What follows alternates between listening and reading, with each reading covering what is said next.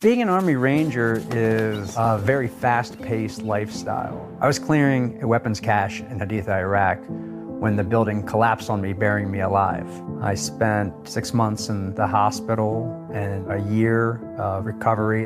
When I was separated from the military, I just felt like I was useless because I only had this one thing that I was supposed to do, and then that one thing was taken away from me. And then one day, I got a call from Wounded Warrior Project. They asked me to come to a workout, and I decided that I was going to get better, both physically and mentally. Now I'm a warrior leader. I create events and opportunities for other veterans locally.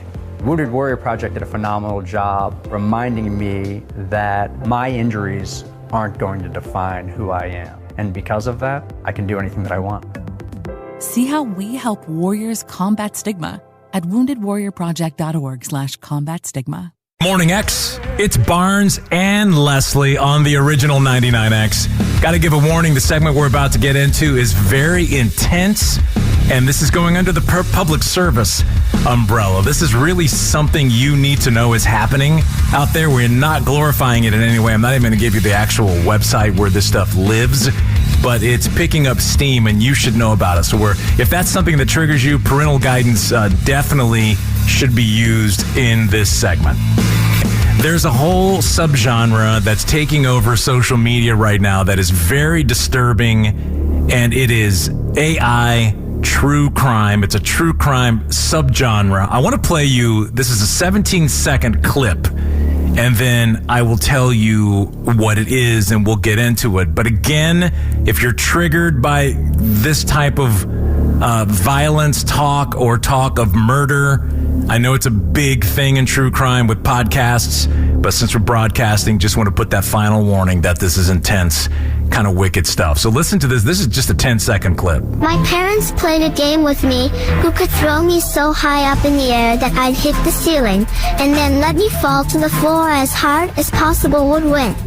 Okay, what that is, these are not real children, but they are AI-generated creations posted on a social media account that's got nearly 50,000 followers that posts videos of real-life crime victims telling their stories. Now, what is the account called? I'm not going to say because I don't want to promote it. Well, that's smart. It is really disturbing. They're gruesome stories, and the stories, I just got chills just saying that. The stories are true. So there's no arguing that these stories are true.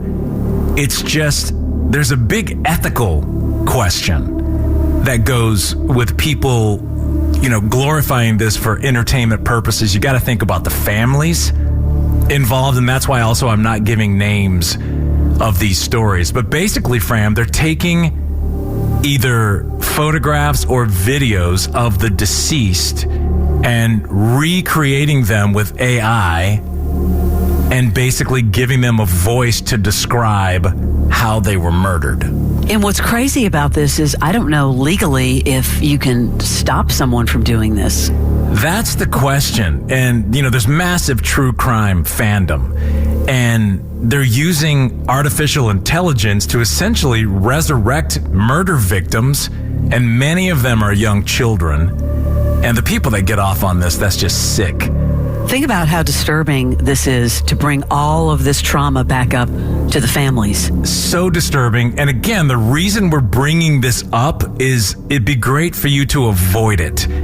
And some people who are triggered by it don't understand, or even families that stumble upon it because they see a picture on the internet. Maybe they Googled their family name and up comes the child. I mean, we've seen a lot of these deep fake videos before, but this takes it to a really sad, creepy level. They also do stories of famous people like George Floyd or JFK, and they also go to the flip side of it and talk about like the world's youngest murderer. So listen to this clip. This is the kind of fakery. This is completely fake, but if you're watching the video, it is the person telling these stories. I am the youngest murderer in history. My name is Carl and I grew up in a small town in Kentucky, USA. I climbed up on a chair, grabbed my dad's gun, and ran back to Cecile's house with the gun. When I got there, I said, "Now I'm going to kill you," and shot her. I mean, whoever started doing it, I don't know why they thought it would be fun to bring, people that have been murdered or murderers back to life. Well, I think you said it earlier, true crime is so huge. And then think about all the documentaries that have been made on, mass murderers and, like Making a Murderer. They're so huge and those podcasts are so big. Someone thought this would be a good idea.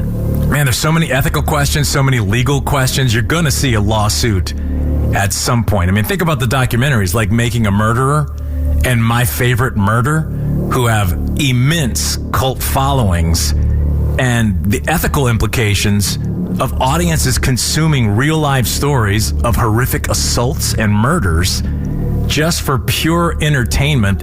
I think there's going to be some serious legal basis coming from it moving forward. I don't know of any cases yet, but it's so new. It would be really great if someone would propose some legislation making it illegal, because this is horrible. There is no federal law making non-consensual deepfake images or videos illegal. None.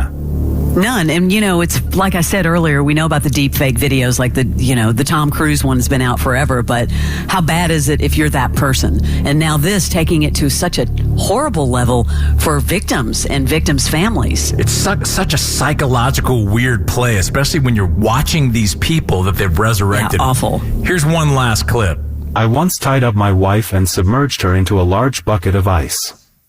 My name is Clarence Butterfield. In 2004, my wife left me because I was abusive. My son joined her, but my daughter Rebecca stayed with me. We lived in an RV on an estate that belonged to a friend of mine named Frank. A few years went by. Frank noticed he hadn't seen Rebecca in a while. She also quit showing up to work with no explanation. He therefore asked me about her whereabouts. I told him she went to live with her mother. Frank left. Some months later, my son came to visit. He noticed something was off, and asked me where Rebecca was. After many questions, I eventually told him she was eaten by a shark. I mean, what the What? Yeah, they just take these narratives, and they can also twist it with fake narratives. Anyway, I just thought it would be good for you to know that this is out there. Yeah, warning. Because, maybe someone will hear it that does have the power to get some legislation or something started. Because, man, the technology is evolving so rapidly every day. No regulation in place to curb the spread. That's what's terrifying, Barnes, that it is happening so fast, and it could take years for legislation to be passed. Well, the question is not whether videos like these will become more popular, but rather how much worse the marriage of true crime and AI is going to make. It's really scary. The things that people are making. So stay away. The Morning X with Barnes and Leslie. 99X.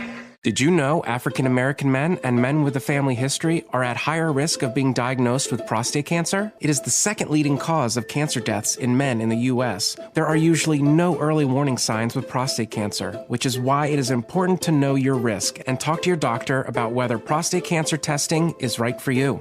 Early detection is key. Make an appointment with your doctor today. For more information on prostate cancer, visit urologyhealth.org. This message was brought to you by the Urology Care Foundation.